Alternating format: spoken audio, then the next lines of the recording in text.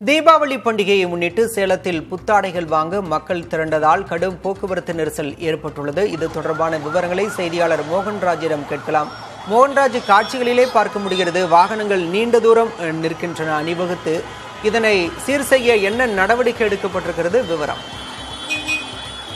பலா, பண்டிகைகள் எத்தனை வந்தாலும் தீபாவளி அப்படின்னாலே ஒரு தனி உற்சாகம் மக்களிடத்துல இருக்கிறத இன்னைக்கும் நம்மளால பார்க்க முடியுது.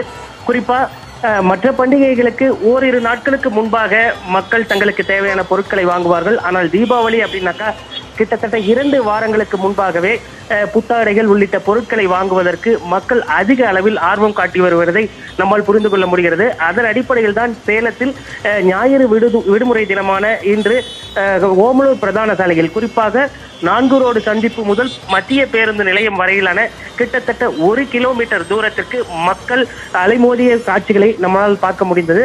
அதாவது அந்த பகுதியில் பிரபல ஜவுளி நிறுவனங்கள் பல இருக்கக்கூடிய காரணத்தினால சேலம் மாவட்டத்தின் பல்வேறு பகுதிகளில் இருந்து வரக்கூடிய மக்களும் தங்களுக்கு தேவையான ஜவுளி ரகங்கள், ஆயத்த ஆடைகளை வாங்குவதற்கு இந்த பகுதியில் குவிந்து இன்று காலை முதலே தங்களுக்கு தேவையான பொருட்களை வாங்கி வருகிறார்கள். இதன் காரணமாக 4 ரோடு முதல் மத்திய பேருந்து நிலையம் வரையில் கடுமையான போக்குவரத்து நெரிசல், வாகனங்கள் நீண்ட தூரம் அணிவகுத்து நிற்கக்கூடிய ஒரு நிலையும் ஏற்பட்டிருக்கிறது. போக்குவரத்து காவல்துறையினர் மற்றும் மாநகர காவல்துறையினர் இந்த பகுதியில் பல்வேறு இடங்களில் முகாம் அமைத்து இதனை கண்காணிக்கும் பணியிலும் போக்குவரத்தை சீர் செய்யும் பணியிலும் தொடர்ந்து ஈடுபட்டு வருகிறார்கள். குறிப்பாக கடந்த வாரம் ஞாயிறு அன்றும் இதே போலத்தான் போக்குவரத்து நெரிசல் ஏற்பட்டிருந்தது.